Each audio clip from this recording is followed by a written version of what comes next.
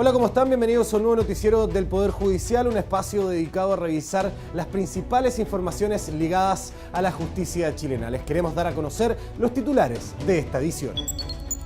Justicia ordena al Estado a indemnizar a mujer que estuvo en la cárcel erróneamente, ya que su hermana entregó sus datos al ser detenida.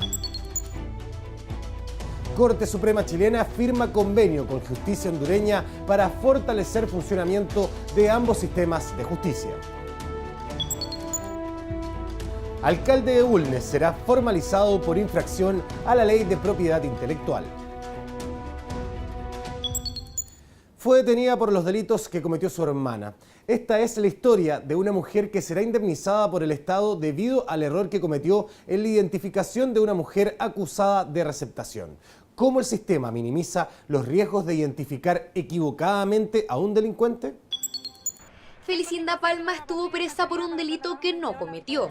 Su hermana utilizó su nombre al momento de ser detenida por la policía. Los agentes del Estado no corroboraron la identidad de la mujer y Felicinda demandó al fisco.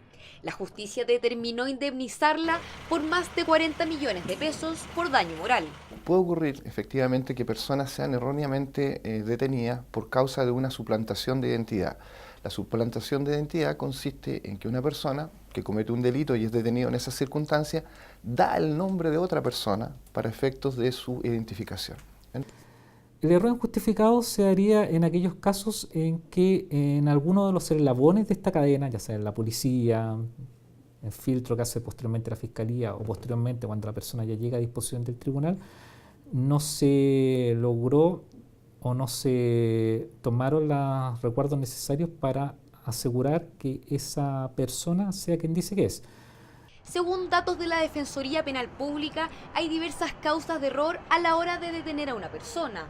Una de ellas es la mala conducta de agentes del Estado que no verifican la identidad de los detenidos, lo que puede terminar con un inocente privado de libertad. Bueno, aquí lo principal es que efectivamente tanto la policía, el Ministerio Público y eventualmente el tribunal verifiquen adecuadamente la identidad de la persona que está siendo detenida y que está posteriormente siendo trasladada a un juzgado de garantía para una audiencia de control de la detención. Sin embargo, la responsabilidad es compartida. Carabineros de Chile y Policía de Investigaciones tienen la obligación de verificar la identidad de la persona que están deteniendo con una serie de protocolos, como la solicitud de la cédula de identidad o huellas digitales. Los fiscales son los encargados de determinar si la persona pasa o no a control de detención y los jueces deben recibir a personas que estén claramente identificadas. Lo normal es que una persona, cuando es recibida por un tribunal, una vez que es detenida, tiene que llegar con su identidad acreditada. En el parte policial, cada vez que una persona se le detiene y llega a disposición del tribunal, la policía debe acompañar un parte, dando cuenta de cómo fue detenida, por qué se le detuvo y cómo se acreditó la identidad de esa persona. En el caso de que las policías no cuenten con la tecnología para verificar la identidad, los imputados podrán ser llevados a unidades policiales y si por diversas eventualidades no se realiza el procedimiento, el magistrado tiene la facultad de ordenar que se constituya la acreditación en el mismo tribunal. Independientemente de quién se haya equivocado, ya sea la policía, la fiscalía o el tribunal, somos todos parte de lo que se llama la organización del Estado. O sea, el Estado es responsable de que se cumplan con todos los protocolos.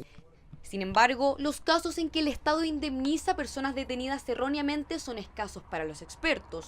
Una muestra de esto es que entre el año 2005 y 2013, la Corte Suprema acogió solo 22 recursos de revisión de personas cuya identidad fue suplantada y de estos no todos recibieron compensación por los daños causados.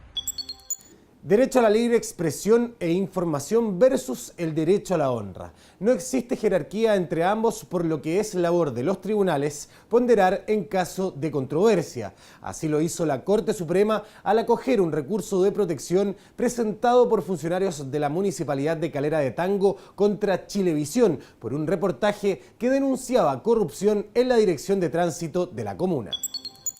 Denuncias de corrupción en la Dirección de Tránsito de la Municipalidad de Calera de Tango. Ese es el nombre del reportaje elaborado por el periodista Alejandro Vega y exhibido por Chilevisión el 11 de abril del 2017.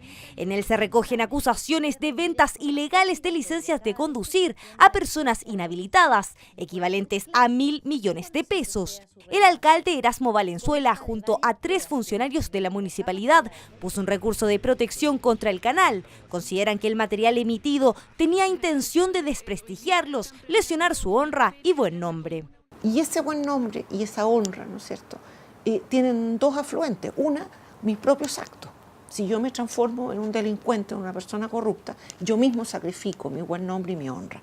Pero por otro lado, no se puede sacrificar por tercero, salvo que realmente hay una razón de interés público y que además existan pruebas importantes. En julio del 2017, la Corte de Apelaciones de San Miguel acogió el recurso de protección. La sentencia del Tribunal de Alzada fue ratificada en enero de este año por la Corte Suprema, con 3 votos a favor y 2 en contra. El fallo indica que no puede afirmarse que la investigación periodística constituya un reportaje objetivo, acabado y serio, ya que las declaraciones de los acusadores resultan sesgadas y genéricas, sin individualizar a alguien que participara efectivamente en el ilícito. Además, el máximo tribunal consideró que los subtítulos "Corrupción municipal por licencias irregulares" sobre imágenes de los funcionarios municipales en sus labores habituales contenía una evidente carga negativa.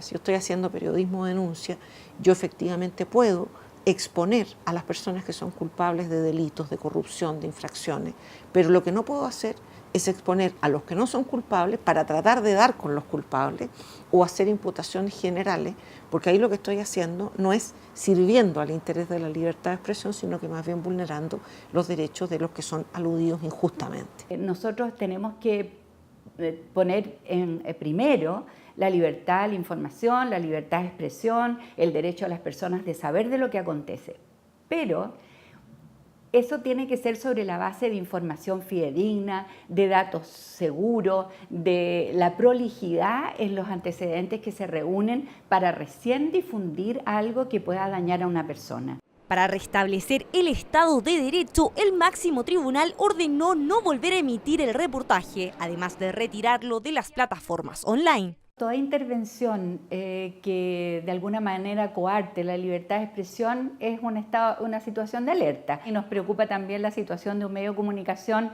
que como misión tiene, ¿no es cierto?, difundir todo aquello que sea preocupante para la ciudadanía. Y una institución como una municipalidad es una institución pública. En tanto, la supuesta venta irregular de licencias en Calera de Tango es investigada en el Juzgado de Garantía de San Bernardo a raíz de una querella presentada en Fiscalía por el mismo alcalde de la comuna tras el reportaje. En junio del 2017, Carabineros allanó la municipalidad y además se emitió una orden de arresto a 5 personas presuntamente involucradas en el ilícito. A las 15 horas del 12 de enero de 1998, el abogado Eduardo Contreras y la ex secretaria general del Partido Comunista Gladys Marín presentaron la primera querella contra el general Augusto Pinochet. A 20 años de esta acción judicial que marcaría un rumbo en lo referido a las causas de derechos humanos, revisamos su historia. El lunes 12 de enero de 1998, la presidenta y secretaria general del Partido Comunista Gladys Marín y el abogado Eduardo Contreras presentaron la primera querella contra el general Augusto Pinochet Ugarte. Una acción arriesgada y transgresora que abrió la puerta para que otras víctimas llegaran ante tribunales, cambiando el rumbo de la justicia chilena en materia de derechos humanos.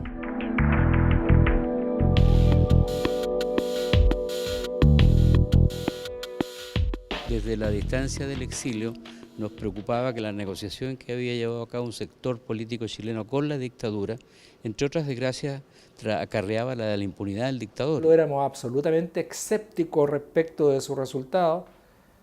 Nadie da un peso por esa querella, precisamente por el comportamiento del Poder Judicial hasta entonces. Primero como una reacción contra la impunidad que existía hasta el momento y en segundo lugar como una manera de mostrar la indignación de que él, de acuerdo a las normas constitucionales vigentes, fuera a asumir como senador institucional ese año. Faltaban solo 2 meses para que Augusto Pinochet asumiera como senador vitalicio y los expertos estaban escépticos. Presentar una acción judicial contra el comandante en jefe del ejército de ese momento y con los miles de recursos de amparo rechazados durante la dictadura, no hacían presagiar un buen final. Sin embargo, ya eran 8 años de transición, lo que abría una luz de esperanza.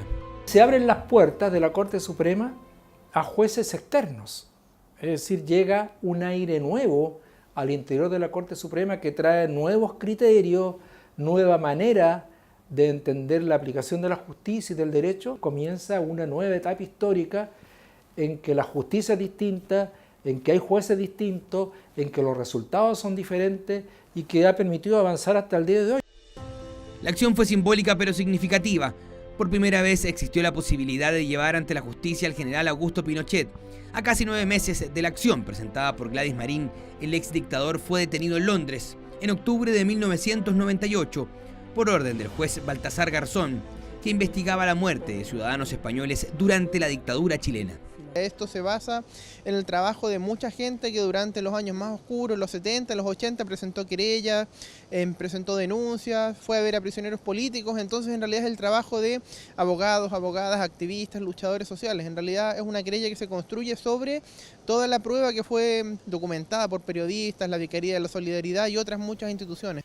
Uno de los casos más emblemáticos de la querella presentada es el rapto del marido de Gladys Marín, Jorge Muñoz, y de todos los miembros del Partido Comunista detenidos en la calle Conferencia 1587 en mayo y diciembre de 1976. El juez Juan Guzmán recibió la querella y comenzó la dura tarea de recopilar antecedentes. El ex magistrado recordó el episodio en un seminario de la Universidad de Chile que conmemoró los 20 años del hecho.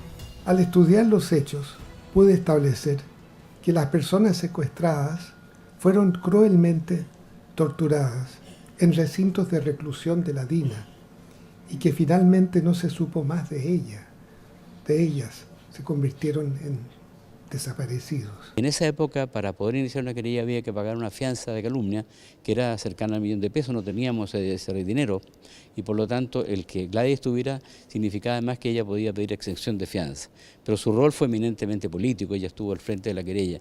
Según los antecedentes de la investigación, el operativo de calle Conferencia fue dirigido por la DINA y su brigada Lautaro. Las víctimas fueron torturadas brutalmente, incluso con químicos, ejecutadas y sus cuerpos desaparecidos. Dentro de los casos presentados, ese 12 de enero, también estaban las víctimas de la Caravana de la Muerte y la Operación Cóndor. Le corresponde investigar una querella en contra del general Pinochet y usted ha sido designado por turno para instruirla. Recibí entonces las escasas fojas que constituían este expediente y recuerdo como si fuera ayer que junto con agradecerle esta entrega me surgió el siguiente presentimiento. Hasta aquí, hasta acá llegó mi carrera judicial. Más allá de los temores, era solo el comienzo de un largo camino que tuvo como punto central un error clave por parte de la dictadura. Esa querella fue posible, entre otras cosas, por un error que demuestra la tremenda ignorancia de los partidarios de la dictadura de Pinochet y de sus asesores jurídicos. No se dieron cuenta al dictar el decreto ley número 5 y al hacer aplicable la legislación de tiempos de guerra, que con eso tornaban imprescriptibles e inamnistiables los delitos. Pinochet muere en condición de procesado, desaforado y con prisión domiciliaria. No murió impune. Decreto firmado el mismo 11 de septiembre de 1973 que no tomó en cuenta que Chile, a esa altura, ya estaba suscrito a los tratados internacionales que no permiten la prescripción de delitos de lesa humanidad.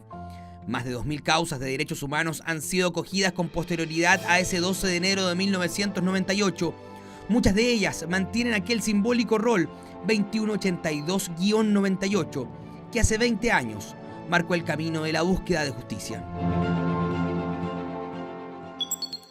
El presidente de la Corte Suprema, ministro Haroldo Brito, firmó un convenio de colaboración con la máxima autoridad judicial de Honduras, Rolando Argueta. El fin primordial del acuerdo es intercambiar información entre ambos poderes del Estado para mejorar el trabajo en los tribunales de los respectivos países. Fortalecer la gestión de los sistemas de justicia, intercambiar información en materia judicial, prestar colaboración en aspectos técnicos y mejorar la calidad del gobierno judicial. Estos son algunos de los objetivos que tiene el convenio entre el Poder Judicial de Chile y el de Honduras.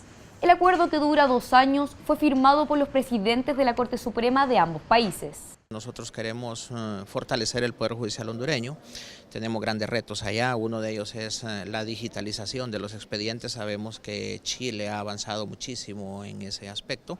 También queremos tomar las buenas prácticas del Poder Judicial chileno en los procesos de selección de jueces y magistrados y demás funcionarios del Poder Judicial. Honduras es miembro del programa Unidos por la Justicia, financiado por la Agencia de los Estados Unidos para el Desarrollo Internacional, que tiene como fin apoyar el acceso a la justicia y el cumplimiento de los derechos humanos. Esta coalición puso sus ojos en Chile por el buen desempeño que ha tenido en materia judicial. Parte del proceso o las actividades que llevamos a cabo es fortalecer las capacidades de las instituciones del gobierno para que ellos puedan brindar mejor servicio a la población hondureña, entre ellos el Poder Judicial. Y nosotros, por la experiencia que ha tenido Chile en esos procesos, por eso estamos forjando esa relación, ese convenio entre los dos países. Las autoridades hondureñas no solo firmaron el convenio, también recorrieron el Palacio de los Tribunales de Justicia y fueron parte de diversas reuniones para conocer cómo funciona el Poder Judicial chileno. Entre los encuentros más destacados, conocieron en qué consiste la Secretaría de Género, cómo funciona el canal de televisión de la institución y cómo opera el Centro de Justicia. El Poder Judicial chileno exhibe en los últimos años altos estándares de institucionalización y también de todo lo que significa tecnología, transparencia, o sea, reconocidamente en la región un Poder Judicial que ha sabido avanzar mucho en recursos humanos y en todas las situaciones que permiten tener un servicio de calidad hacia los ciudadanos y ciudadanas. Entre los planes a futuro, en febrero, funcionarios hondureños vendrán a Chile para reunirse con sus pares y en marzo será el turno de una delegación de magistrados chilenos la que viaje al país centroamericano para realizar trabajos en terreno relacionados a la justicia de ambos países. En Bulnes, el alcalde de esa comuna será formalizado por infracción a la ley de propiedad intelectual, transformándose en la primera autoridad acusada formalmente por infringirla. El edil usó la canción Vuelvo del grupo Iyapu para su pasada campaña, por lo que los músicos se querellaron el 2016 por plagio y uso no autorizado de la obra. Sin autorización, Jorge Hidalgo, actual alcalde de Bulnes, usó la emblemática canción Vuelvo para vivir del grupo Iyapu en su campaña electoral en las pasadas elecciones municipales.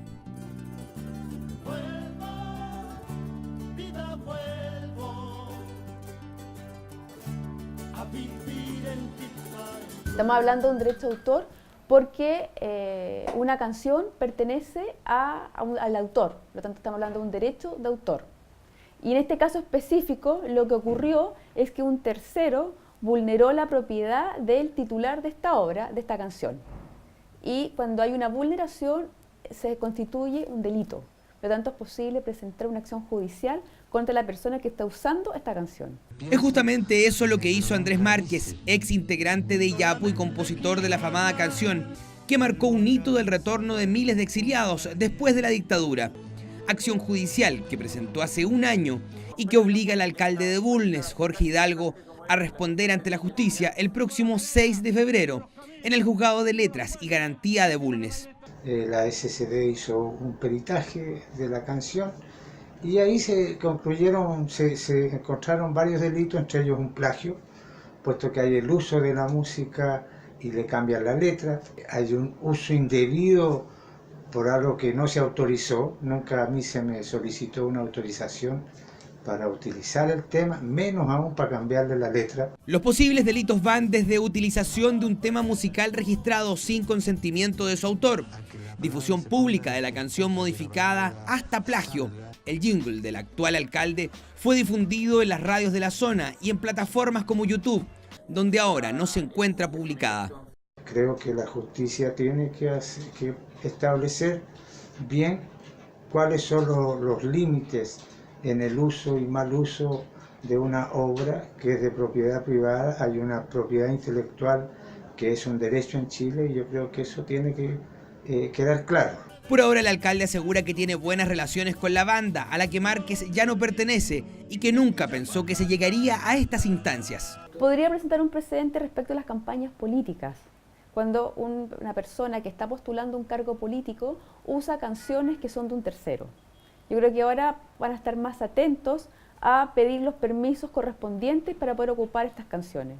Un caso que podría marcar un precedente tanto para la justicia como para los músicos nacionales. Será la primera vez que una autoridad pública enfrente una audiencia de formalización en calidad de autor por delitos contemplados en Ley de Propiedad Intelectual. El edil arriesga el pago de una multa de hasta 1000 UTM o incluso una pena de reclusión menor en su grado mínimo. En materia de familia, los cónyuges tienen distintas opciones para proteger su patrimonio o inmueble. Una de ellas es solicitar el bien familiar, un concepto legal cuyos beneficios te los contamos en la siguiente cápsula educativa.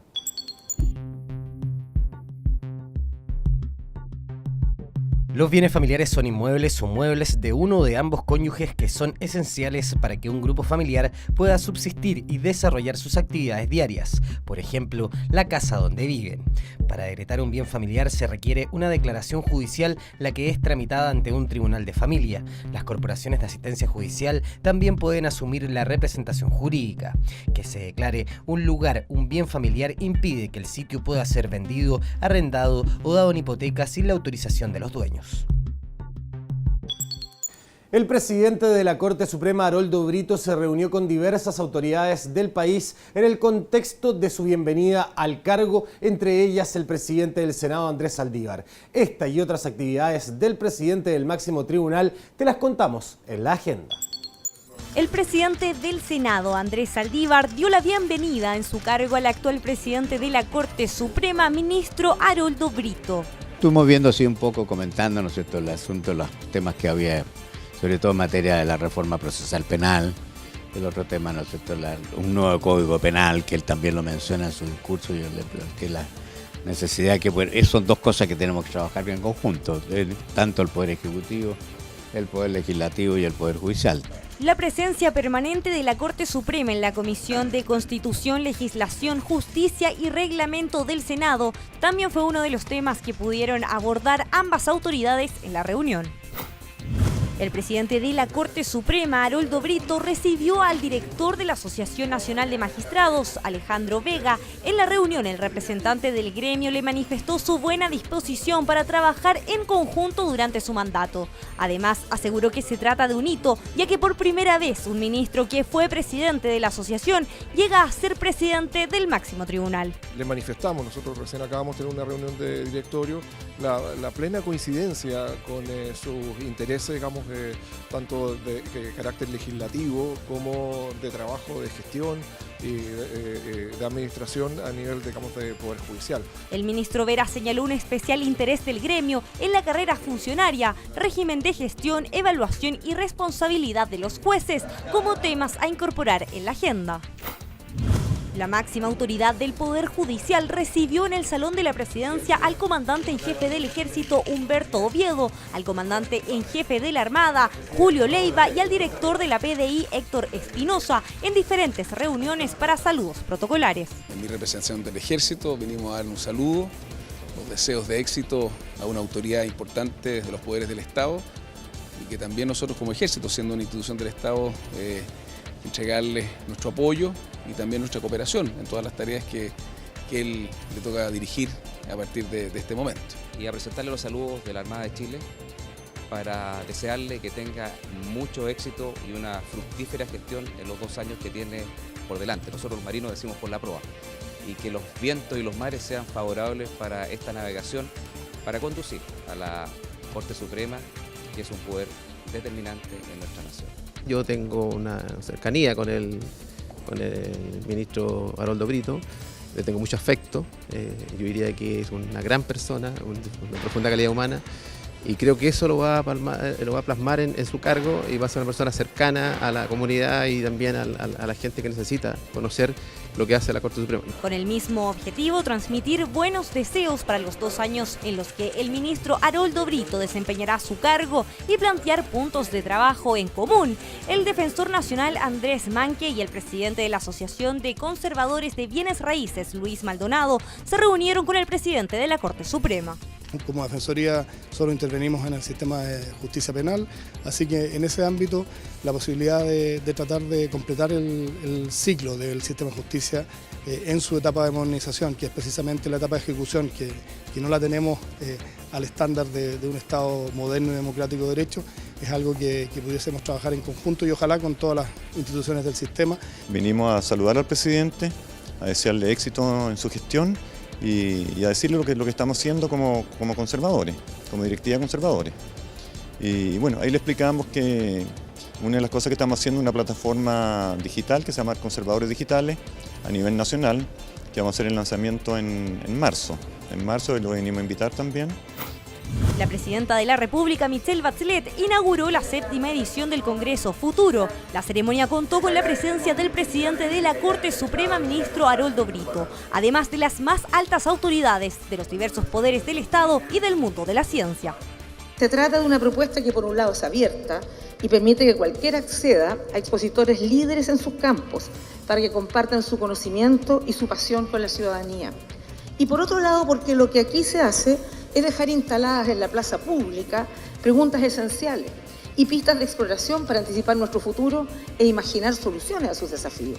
En el Salón de Honor del Ex Congreso Nacional se le dio el vamos al evento de divulgación científica más importante de la región, que dura 5 días con exposiciones tanto en Santiago como en regiones. El presidente de la Corte Suprema, Haroldo Brito, se reunió con los jefes de las direcciones de estudios de la Corte Suprema, de bibliotecas y centros documental, comunicaciones del Poder Judicial, la presidencia de la Corte Suprema, el secretario Jorge Sáez y la relatora del Pleno, Alejandra Pizarro. Eso para conocer los planes de trabajo de las distintas unidades del máximo tribunal del país. En el encuentro, las distintas jefaturas explicaron la labor tanto jurisdiccional como de otros ámbitos de las reparticiones que asesoran al presidente en los distintos campos. El presidente del máximo tribunal, ministro Haroldo Brito, se reunió con funcionarios de la Secretaría Técnica de Igualdad de Género y No Discriminación de la Corte Suprema.